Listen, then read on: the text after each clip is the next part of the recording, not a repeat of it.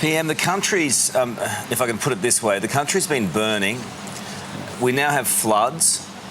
We now have these horrific dust storms. Homes have been lost. We've lost lives. The country is grieving. Farmers are shooting their own cattle. They can't put food on the table.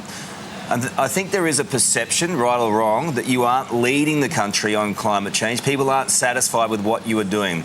Are you not concerned in any way, shape or form that you're out of step with what everyday Australians are thinking and feeling during this crisis? And it is a crisis. Well, longer, hotter, drier summers. And all the things that you've mentioned are the terrible experience we've had, and we can expect these sorts of conditions into the future. I think there's a lot of misinformation out there, Carl. For example, we will reduce our carbon emissions as per capita by half between now and 2030. We are leading the world on renewable investments in technology and in energy in this country. But these are the facts, Carl. Whether it's just perception, that's fine, but the perception is that you're not. And people want you to do something more. They feel I don't think people want me to take their jobs away, Carl. People do not want me to take reckless policies which threaten people's jobs, and that's why we are meeting and beating our emissions reductions targets. Our emissions are coming down. Investments in renewable technology is up. Our per capita emissions will fall by half over the next 10 years, and we will do this in a way which doesn't penalise Australians for what job they have. So we're going to keep a balanced policy, and we're going to keep talking about what the facts are.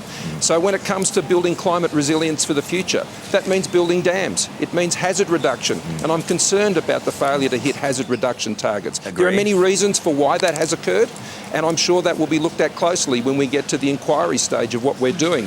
So I think state governments need to focus what they need to focus on, and I'll focus on what I need to focus on as a Commonwealth government. We're taking action on climate change, and I'm taking forward the policy that I put to the Australian people on this, which means you take action, you reduce emissions, and you ensure that your economy remains strong.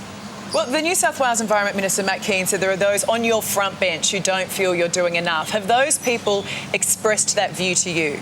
No. Not at all? No, I don't know what he's talking about. So he's... Are you dismissing what he's saying? Well, I don't know what he's talking about. I think Matt should focus on hazard reduction, and I think Matt can focus on hazard reduction. I'll focus on emissions reduction. But you're not worried about your own party at all? You're not worried about rats in the ranks? No.